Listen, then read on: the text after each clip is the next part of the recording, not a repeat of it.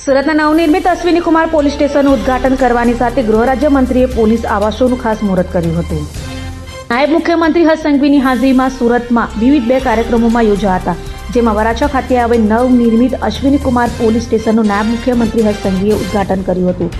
તો સાથે ઇકોસેલમાં થયેલી ફરિયાદમાં કબજે કરાયેલ 4 કરોડના હીરા 13 તુજકો અર્પણ કાર્યક્રમ હેઠળ નાયબ મુખ્યમંત્રીના હસ્તે વેપારીને પરત કરાયા હતા.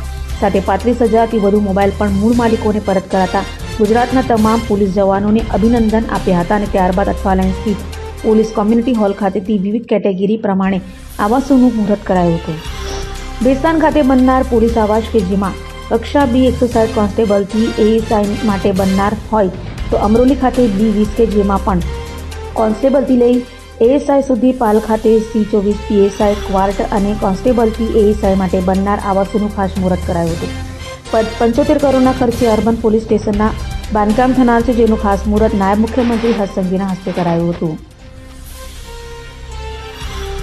સુરત શહેર પોલીસના મુખ્ય મથક એટલે અઠવા લાઇન્સ ખાતે જો અમારા રહેણાંકના जो વિસ્તાર છે અમારા પોલીસ સ્ટાફ માટે, અહીંયા માનનીય જો નાયબ મુખ્યમંત્રી શ્રી હર્ષભાઈ સંઘવી સાહેબ તરફથી અત્યારે જો 75 કરોડ રૂપિયાના કામોના ભૂમિપૂજન કરવામાં આવ્યા, જેમાં આ હેડક્વાર્ટર ખાતે 160 જેટલા જો કોન્સ્ટેબલ્સના ક્વાર્ટર ના નિર્માણ થવાના છે, જેમાં 2 આપણા પૂરે પાર્કિંગ બી રહેવાના છે અને 10 સ્ટોરીના જો આ બધા બિલ્ડિંગ રહેશે.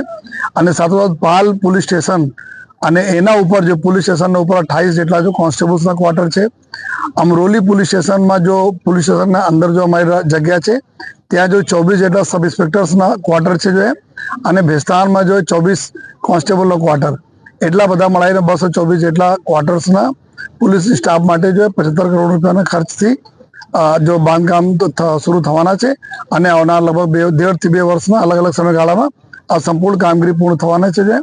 તો એના જ માનનીય નાયબ મુખ્યમંત્રી સાહેબ તરફથી એના ભૂમિપૂજન કરવામાં આવ્યા. અને આવનાર દિવસોમાં પર જો જે રીતે અત્યારે માસ્ટર પ્લાન બની રહ્યા છે એ સમગ્ર જો અમારા સ્ટાફ છે પોલીસ સ્ટાફ એના બધાને ક્વાર્ટર મળે, આ દિશામાં બી જરૂરી કાર્યવાહી માટે જો નાયબ મુખ્યમંત્રી તરફ સૂચનાઓ પણ મળી છે, જેના ઉપર અમે લોકો કાર્યવાહી કરીએ છીએ. અત્યારે અભય થઈને નિષ્પક્ષતાથી નિરપેક્ષ રીતે વાસ્તવિકતાનો અરીસો રૂપી સચોટ માહિતી લાવતો સત્યની સાથે અભય ટાઈમ્સ.